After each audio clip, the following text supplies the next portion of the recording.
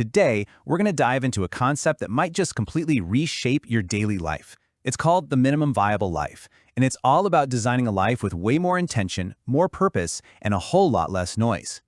So, does this sound familiar? You're busy, right? You're always productive, always on the move, but then at the end of the day, you just feel stretched, spread thin, maybe even a little empty.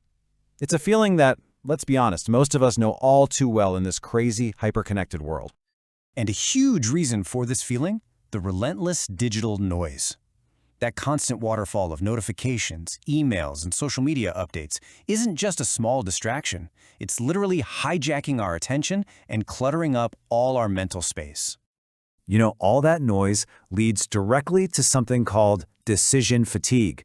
I mean, think about it. From what to wear in the morning to which email to open first, these hundreds of tiny choices, they all add up. They completely drain our mental battery before we even get to the decisions that actually matter.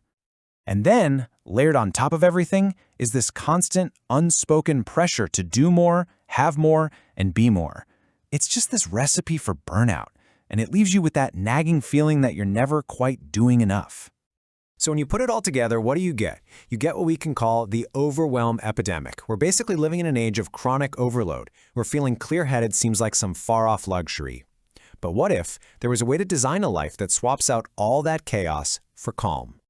So what is the solution? Well, it's this concept called the minimum viable life, or MVL. And look, this isn't about doing less just for the sake of it. It's about doing more of what genuinely matters to you. Think of it like a personal framework where every single action you take is a direct reflection of your deepest core values. Now, you might be thinking, wait, isn't this just minimalism? And that's a fair question, but there's a really key difference. See, minimalism often focuses on just owning less stuff, sometimes almost to the point of deprivation. MVL, on the other hand, is all about intentional alignment. The goal isn't just to have fewer things, but to make sure that everything you have, everything you do, and every commitment you make serves a clear, vital purpose in your life. So, how do you actually figure this out for yourself? Well, that brings us to the most important part of this whole thing: defining what a viable life looks like for you. This is where the idea stops being a concept and becomes incredibly personal and practical. Let's start with a really powerful little thought experiment. Just take a moment and really think about this. If you had to strip everything away, all the non-essentials, and you could only keep 5 things in your life, what would absolutely, no questions asked, make the cut? This is what we'll call the what-if exercise. It's simple. First, you just list out your 5 things. Then, and listen, this is the most crucial part, for each one, you have to dig into why. Why is it so essential? That why is the secret to uncovering your core pillars, the absolute non-negotiable foundations of your entire life. And of course, your pillars are going to be totally unique to you, but they might look something like this. Maybe it's the quality of your relationships with family and friends, or your physical and mental health. Maybe it's finding purpose in your work, the joy of always learning something new, or giving back to your community. These become your North Stars for every single decision you make from here on out. Okay, so once you've identified your core pillars, the next step is what we'll call the art of pruning. This is the active and, sometimes challenging process of intentionally getting rid of everything that doesn't support those pillars. This simple little question becomes your new superpower. It's your ultimate filter. Before you buy something, before you say yes to a new commitment, before you spend your precious time on some activity, you just pause and ask yourself, does this serve my core pillars? If the answer isn't a loud, immediate yes, well, then you already know your answer. And a fantastic place to start this pruning process is your digital life.